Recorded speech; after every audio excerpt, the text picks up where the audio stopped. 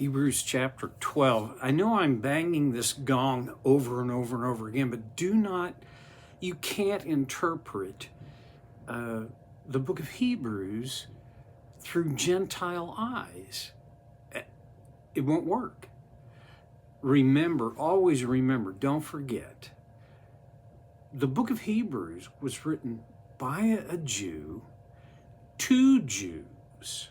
And so the inferences and the illustrations, the word pictures, well, they're what a Jew, first century Jew, would instantly connect with. For us Gentiles, it's generally not instant. So the reason that's important is because we're looking at verse 22 and then following. I go at a snail's pace. I'm sorry, not sorry. But anyway, he uses, he has been using a word picture in the verses previous, beginning back at verse 18. He talks about the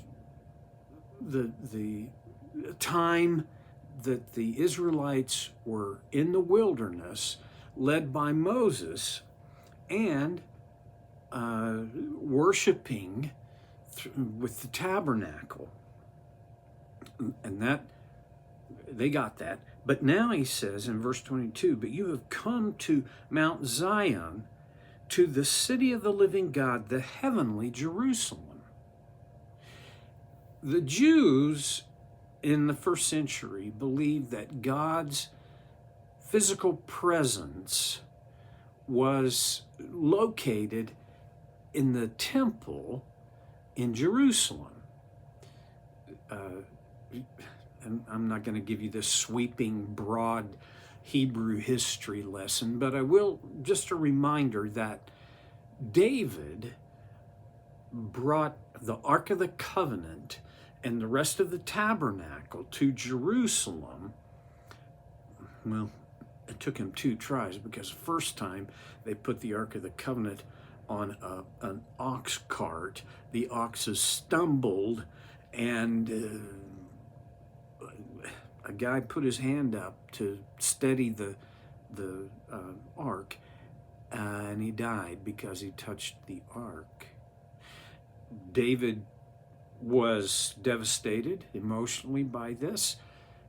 Then he kind of regained his rationality and realized the Ark of the Covenant was never supposed to be transported on a cart.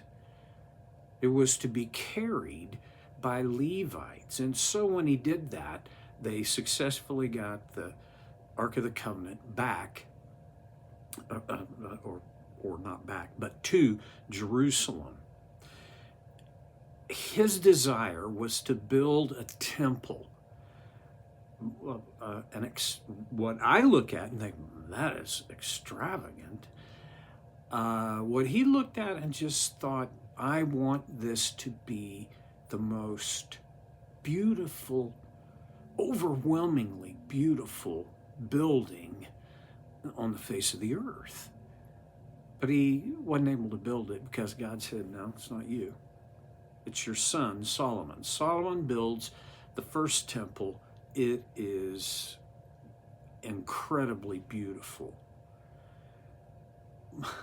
So much of it was overlaid with gold. To calculate the value of that, economic value, the dollar value of that today, it is in the billions. A couple of quick things, though. At this time in history, silver was more expensive than gold. Okay, enough of that. Go on, Steve. Well, from the time David got the Ark of the Covenant and the tabernacle set up in Jerusalem, and by the way, Jerusalem is built on the Mount Zion. Now, Mount Zion is not a mountain. It's a big hill. But if you ever get to go to the Holy Land, you'll realize it's hilly, but it's not mountainous. Well, okay. From that time onward, the Jews treated Jerusalem as the physical home of the invisible God. Well, in 70 AD, not very long after this letter was written, the temple was destroyed completely, and it was never rebuilt. Well, okay. But you, in verse 22, have come to Mount Zion, to the city of the living God, the heavenly Jerusalem. So we're not talking about this geographic location on earth anymore. We're talking about the heavenly Jerusalem. You read about that in the last 2 chapters of Revelation. It gives you as much of a picture as language can give to an unspeakably beautiful, awesome, the adjectives don't cover the subject, heaven. You have come to thousands upon thousands of angels in joyful assembly, to the church of the firstborn, whose names are written in heaven. So that's a big picture. Thousands upon thousands of angels. I think, I've said this before, I am, at this stage in life, I think it would be natural. I think it would be kind of unnatural if this weren't the case. But I look forward to heaven more now than I ever have before. And part of the reason is because of, I'm going to leave this limited, failing body and mind behind. And the other is, every time I read the last 2 chapters of Revelation, I am more, it's so shallow to say it this way, but I am more attracted to the wonder and the truth that that's my home. This isn't. Okay, keep going, Steve. You've come to thousands upon thousands of angels in joyful assembly. That's kind of a neat idea. This is not a war formation, or if it is, it's a joyful war formation. I mean, it depends on your views of the end of the world and all your view of how all that's going to happen, and is it, I don't even care at this point. I just know there will be thousands upon thousands of angels. Why would he have said it that way? Because he couldn't count them all. He didn't need to. I mean, think about this. Once you get to 10,000 people, there's no reason to count beyond that. For me, I get the picture.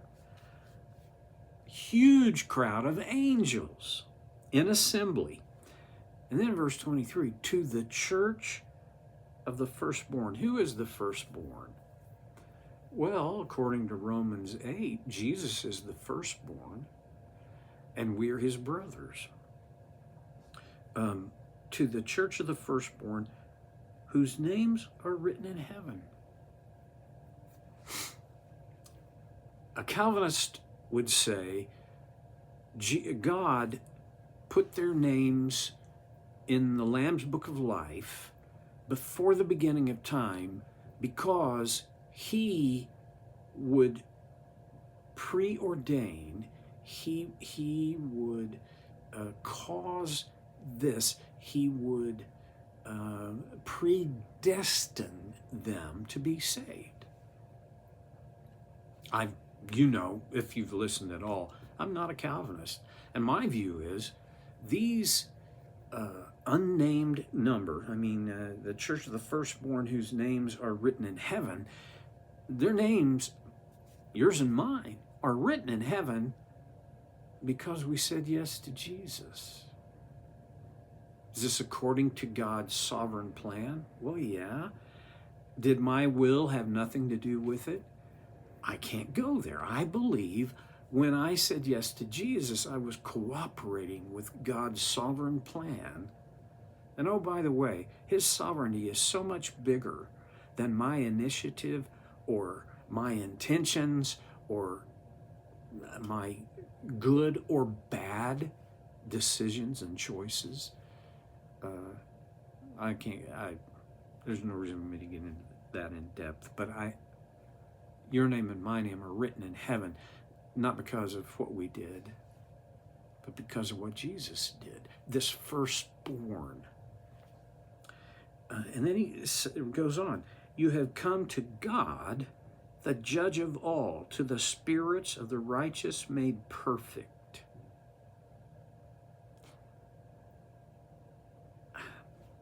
God is the judge. That can be frightening. And for a long time in my life, it was very frightening that God would, holy cow, I have done enough dumb things. I've committed enough sin that if God, as the righteous judge, judges me, I think he's going to drop the hammer. Let's go on. He is the judge of all, to the spirits of the righteous made perfect.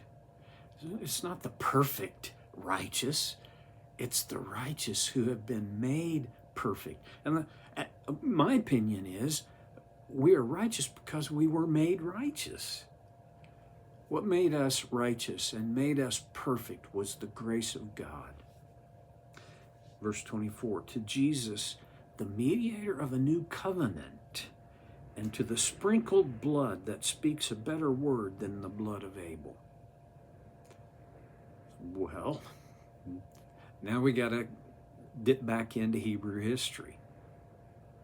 Jesus, but before we do this, realize, well, let's just do it. To Jesus, the mediator of a new covenant. What does a mediator of any agreement do? They are the connecting point from two participants within the covenant and agreement. Jesus is our mediator between us and God, and his role, in my opinion, I mean, there's a lot of scripture, I think, that supports this, but I'll still say it's my opinion. What he mediates is the fact that we are now covered. We have been forgiven. We have been cleansed of unrighteousness. The new covenant says we are made right with God through his grace on the basis of saying yes to his sacrifice, the sacrifice of his life and blood. Well, he goes on to the sprinkled blood that speaks a better word than the blood of Abel.